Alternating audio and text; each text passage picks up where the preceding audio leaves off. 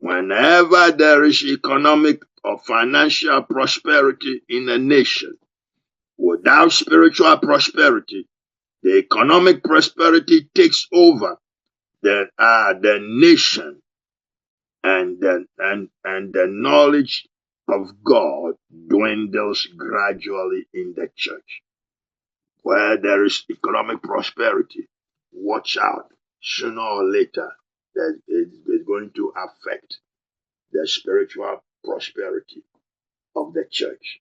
Yes, Because when almighty dollar is released in abundance in a nation, everybody goes after it.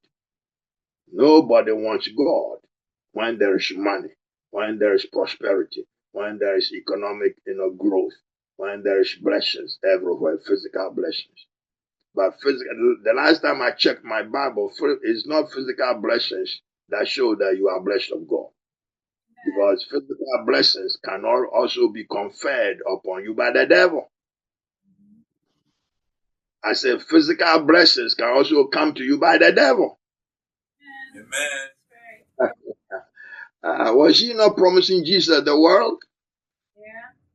Did the devil not promise Jesus, if you bow to me? But you ain't no Jesus, so you are easily bowing. We easily bow when we are in trouble, when we are in need, when we are hungry. Christ was hungry, but he didn't bow. I say Christ was hungry after 40 days and 40 nights of fasting, but he didn't bow to the devil. All right? So prosperity or no prosperity, you are not supposed to bow to the devil. Amen. But when prosperity comes, then people are tempted, all right, to follow the pursuit of the pleasures of this world. And that's the danger for your soul. That's the danger for your soul.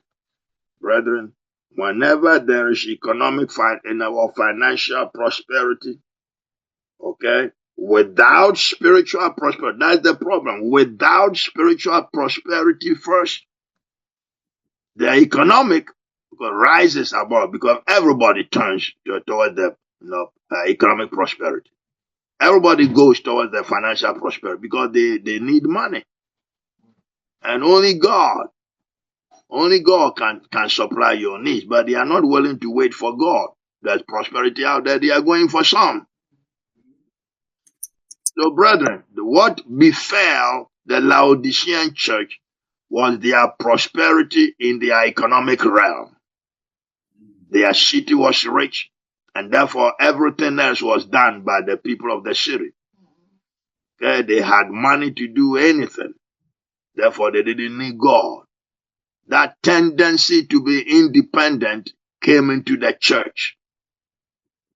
Okay? And everybody did whatever they wanted to do. They also pursued the love of money. And the love of money is the root of all evil. And those who have pursued that have found themselves in trouble. So, brethren, Laodicea got in trouble because of the love of money, because they think they could do everything without God. And that tendency grew in their hearts. The tendency to to trust the financial realm was so strong that they didn't need God. They didn't want to wait for God. They were blind, they couldn't see spiritually. They were mean. No, they didn't want God. It's such an amazing, tendency that when it comes upon you, if you don't have God, you ain't gonna see it. You justify it. You justify your need for money. You justify your need for money and go and do anything that you want instead of waiting upon God and crying to God to open the door for you. How are you gonna handle it? Your problem? How are you going to, handle when you find yourself before such situation? God or mammon?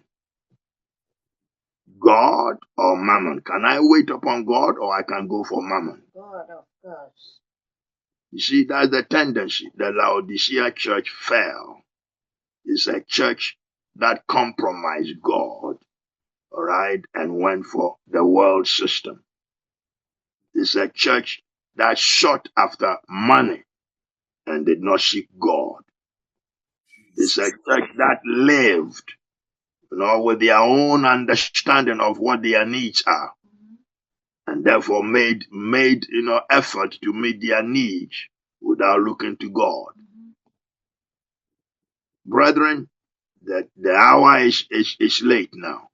It is dark. Okay, and there will be so much problems, coming in this end time. Now, are you preparing for God, or you are preparing to make money on your own way? America is going to be blessed by God, physically, let me say economically. That things are going to happen. Real blessings, will come because the president, is fighting hard, to have the nations, be blessed economically. All right. But the fact that they are blessed economically can also bring spiritual danger. The danger of the church following the pursuit of money and not the pursuit of God. And if the Lord, blessed his church with finances, it is not so much for the people of God as it is for them to use it to bless the poor and the needy. Yes, amen. The poor, the Lord said, the poor, you have them always with you. It wasn't, I remember that it wasn't the government, okay, that used to take care of the poor and the needy. It was the church. Amen.